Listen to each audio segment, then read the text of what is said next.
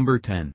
If you ever wanted to scare your own children, you would probably love to get your hands on these Ed Long and Damien Glenneck creations based on the Living Dead series. The first Living Dead dolls appeared for sale in the USA in 1998, although the commercials for the Living Dead dolls were released 3 years later in 2001. Despite the poor marketing, parents still flocked in the thousands to buy them for their kids, and since then, new series of the dolls have been released roughly twice a year. Number 9. These little cars are quite rare, and for good reason. These monstrosities can freak out other children and even the occasional adult bystander. These toy automobiles will surely make their mark on other kids, scaring them half to death, that is, but despite all of this, look at the kid in the photo. He looks as happy as can be, which is weird because that thing would scare the shit out of me as a child.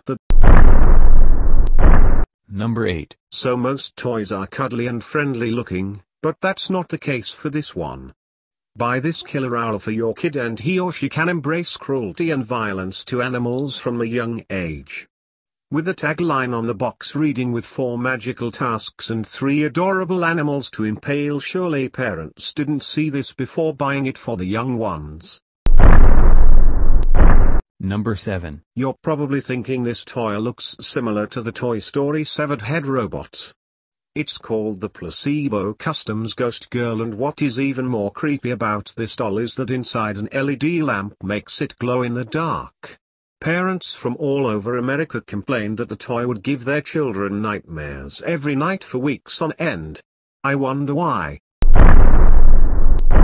Number 6. Now toys are totally cool, but this ET finger is not, and I can't quite figure out the reason why. Oh, I know why. It's because this wrinkly old finger looks more like an adult toy rather than something your children would play with. It's no wonder they eventually switched off to a whole hand version of this toy in later incarnations. Apparently parents didn't feel comfortable with their children playing with toys the same shape as their own. Number 5. This Playbomination is a member of the Child's Building toy series called the Bones family. Kind of like Legos, except you build people instead of pirate ships. In one of the most vital pieces in every set is the burning button called Hatred Behind the Eyes.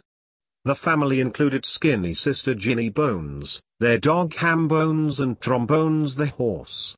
Seriously, this thing would scare most children half to death. Number 4. In 1867, toy maker, inventor and probable child serial murderer Charles created these stacking acrobat toys called Grandals Acrobats.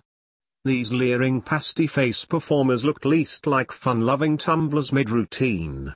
Their heads, bodies, arms and legs were all interchangeable, and if you thought that would look the least creepy disassembled, you would be wrong. Number 3.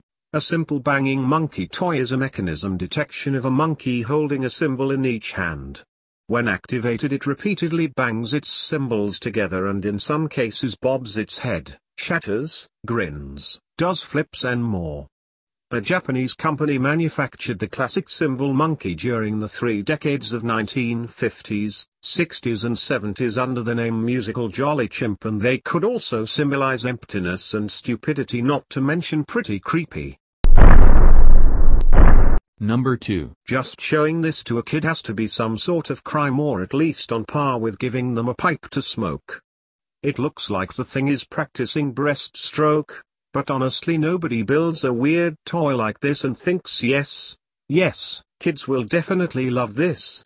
Although tens of thousands of these so-called toys were sold a decade or so back, which makes you think how many messed up parents there could be out there. Number 1. A hairless, vacant expression, a trunk full of disguises, a bow tie without question. Hugo is a man of 1,000 serial murders. The face on the box has the ghoulish stare of a guy who literally can't wait to stab you to death and drag your body beneath your own bed.